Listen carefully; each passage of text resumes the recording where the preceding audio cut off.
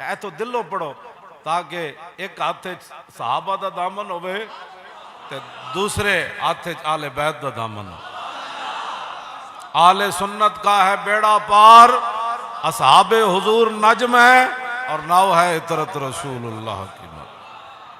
اسے واسطے تسی تواڈے سارے دے چہرے چمک رہے، کسی نو کوئی پریشانی نہیں، پوری دنیا میں کسی نو ساڑی اس گل دی کوئی پریشانی نہیں. ہاں جڑے آل بیت تے صحابہ دے دشمنن انہاں نہیں تے ساڑی یہ مسجد بھی پریشانی انہاں واسطے، انہاں واسطے ساڑی گل بھی پریشانی، انہاں واسطے تے ساڑی پگڑی بھی پریشانی، انہاں واسطے تے ساڑیاں کتاباں بھی پریشانی، انہاں واسطے تے ساڑا نعرہ بھی پریشانی.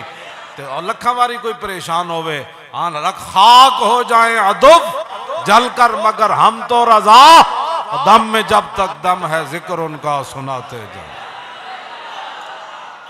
بلکہ اعلیٰ حضرت فرماندے خاک ہو جائیں عدب جل کر، فرمایا وہ مٹی نہ ہون بلکہ جل کے مٹی ہو جان، صرف جلنا نہیں ہاں لیکن دم میں جب تک دم ہے ان کا بھی اور ان کے آل بیت کا بھی اور ان کے صحابہ کا بھی اور ان کے غلاموں کا بھی اور پاکان امت کا بھی، مجاہدین ناموس رسالت و ختم نبوت کا بھی اور جناب مجاہدین اسلام کا بھی، جنہوں نے کسی طریقے بھی حضور کی خدمت کی، حضور کے دین کا پہرا دیا، ان سب کا ذکر قیامت تک ایسے ہی ہوتا رہے گا. لیکن جو دشمن ہے وہ خاک ہو جائے عدو جل کر مگر ہم تو رضا، سارے آپ بھی ہم تو رضا، دم میں جب تک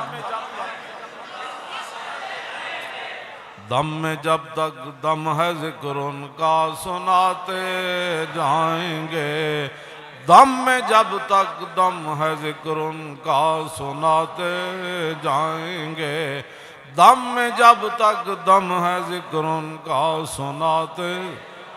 خاک ہو جائیں عدو جل کر مگر ہم تو رضا، اور خاک ہو جائیں عدو جل کر مگر ہم تو رضا، دم میں جب تک دم ہے ذکر ان کا سناتے. باغ جنت کے ہیں بہار مدح خانے اہل بیت، باغ جنت کے ہیں بہار مدح خانے اہل بیت، تم کو مژدہ نار کا اے دشمنان اہل بیت، تم کو مژدہ نار کا اے دشمنان اہل بیت، تم کو مژدہ نار کا اے دشمنان آل بیت. خاک ہو جا، خاک ہو کر خاک میں مل جا فرات، خاک ہو جا خاک ہو کر خاک میں مل جا فرات، خاک تجھ پر دیکھ تو سوکھی زبان آل بیت، خاک تجھ پر. یہ محبت سے ہے ورنہ تو نہر فرات جنتی نہروں میں سے، یہ محبت سے ایک اپنی محبت کا اظہار ہے. یہ معنی نہیں ہے جس کا اظہاری الفاظ کا، یہ معنی نہیں ہے. ہاں جی تو آگے نہر فرات نے کہا جیسے آپ کو اجازت نہیں تھی مجھے بھی ایسے نہیں تھی، لیکن اپنی محبت کا اظہار. خاک ہو جا خاک ہو کر خاک میں مل جا فرات، اور خاک تجھ پر دیکھی تو نے سوکھی زبان آل بیت، خاک ہو کر خاک میں مل جا اے فرات، خاک تجھ پر دیکھ تو سوکھی زبان اہل بیت. سر شہیدان محبت کے ہیں نیزوں پر بلند. اللہ، یہاں تو لوگ نعرہ لگاتے ہوئے کہتے ہیں یہ سیاسی نعرہ، اور سامنے آل بیت اطہار کے سر اقدس نیزوں پر بلند. ہاں جی سارے لوگوں کے بچوں کی جوانیاں اس خاک پر قربان جہاں امام علی اکبر نے ایک بار پاؤں رکھا، اور سارے چھوٹے بچوں اس خاک پر قربان جہاں امام علی اصغر نے ایک بار پاؤں مبارک رکھا، اور پھر ساری دنیا اس خاک پر قربان جہاں امام علی مقام نے ایک بار پاؤں رکھا. یہ صرف محبت کی بات ہے، یہاں کوئی اور دوسری بات نہیں ہے. ہم بھی دنیا کو یہی دعوت دیں، بے ادب گستاخ فرقے کو سنا دے اے حسن۔ میں تو حیران ہوتا ہوں، اصحاب کہف کو کتا نہ بھونکے اور 4 ٹانگوں والا نہ بھونکے، تو اصحاب رسول کو کوئی 2 ٹانگوں والا کتا بھونک جائے، یہ کیسے ہو سکتا ہے؟ کتے سے تشبیہ دینا بھی کتے کی توہین ہے۔ ہاں جی، ہماری مسجد میں دیکھو کیا ہو رہا ہے، باہر کوئی جناب خاردار تارے نہیں ہیں، وقت نہیں ہے، یہ ہو رہا ہے وہ ہو رہا ہے، بچ جاؤ بھائی، ہٹو بھائی جی، کی ہون لگا ہے؟ کچھ بھی نہیں ہون لگا، آل بیت کا ذکر ہونے لگا ہے۔ لیکن آل بیت کے ذکر کی آڑ میں کسی کو صحابہ کے بارے میں بھونکنے کی اجازت نہیں ہے۔